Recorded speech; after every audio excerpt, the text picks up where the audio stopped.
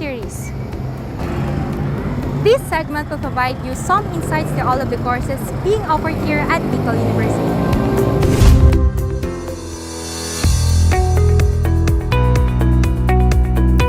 Bicol University is a public research university in the Bicol region of the Philippines. It was founded in 1969 and has several campuses across the region.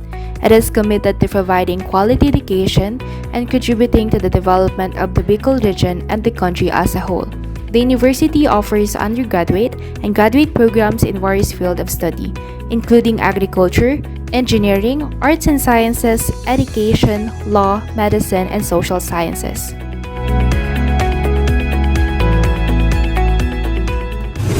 For this episode entitled UNIF Series of M Encounters, let's call Ms. Faye Redoblado to introduce one of the top courses under the College of Business, Economics and Management, the Bachelor of Science in Accountancy.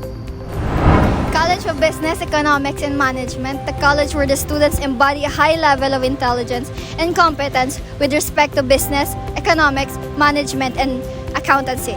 This is the college which not only focuses on academic achievements but also focuses on the well-being of students by providing campus events that the students will never forget and regret as a Sebemian. Bachelor of Science in Accountancy, the one and only famous program which comprises the majority of the students in the campus. The only program in the university that strictly adheres to a 2.4 retention policy, making it the hardest yet challenging program that the Bicol University has offered to the Bicolanos. To know more about the nature of accountancy, we will ask some students about their unique stories and experiences as they embark on this journey towards becoming a future accountant. So we have Miss Padua here from BSA 2A. So why did you choose accountancy? Actually, there's a lot of people, including my parents, who saw my potential in math problem solving. So they told me that the course accountancy best suits me and that there will be a lot of opportunities waiting for me if I take this course. That time, I didn't have any idea about accounting, not until I studied bookkeeping in grade 10 that I realized, ganito pala yun. So I found it interesting naman, so kinontinue ko na. I took ABM and now I'm here. Okay, thank you, Miss Padua.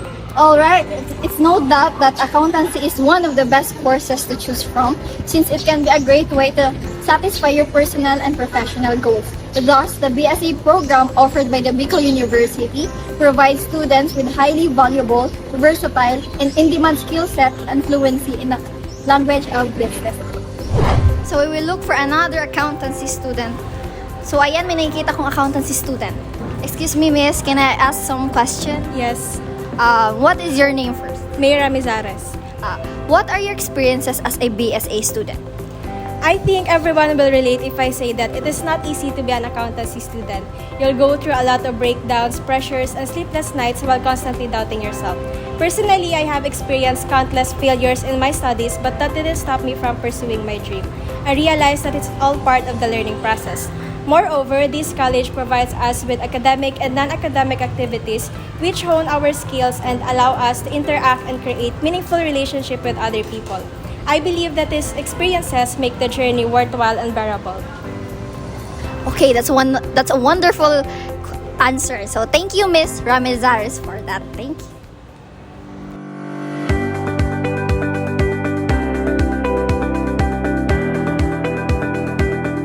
CBEM offers an excellent environment and wholesome, meaningful experience through its varied intracurricular and extracurricular activities for students seeking future careers in business administration, accountancy, and economics.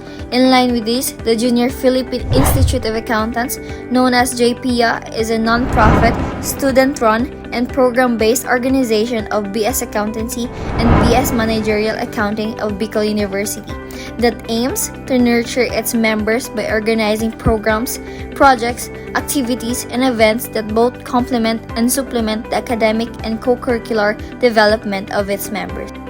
That's why BSA students are highly encouraged to join and be a part of this organization. So for our last question, we have Miss Paglingayan. So what is your goal as a BSA student? Honestly, I only have two goals right now. The first one is to manage my time effectively since we always have graded recitation and examination on our major subjects. And the second one is to maintain a grade of at least 2.4 because pag nasa BSA program ka, you will learn how to settle for a lowest passing grade. Thank you, Ms. Paglingayan. The courage, perseverance, and passion of accountancy students in pursuing their dreams are truly endearing and commendable. So if you are one of the aspiring CPAs in the future, take a leap of faith and unleash yourself for this exciting journey. This only shows, basta magaling, sa si Bem nang gagaling. Wow! Thank you, Ms. Faye, for sharing with us how challenging the BS Accountancy is here at BU. So that's it for episode 1. Please stand by for the next episodes of UNIV series.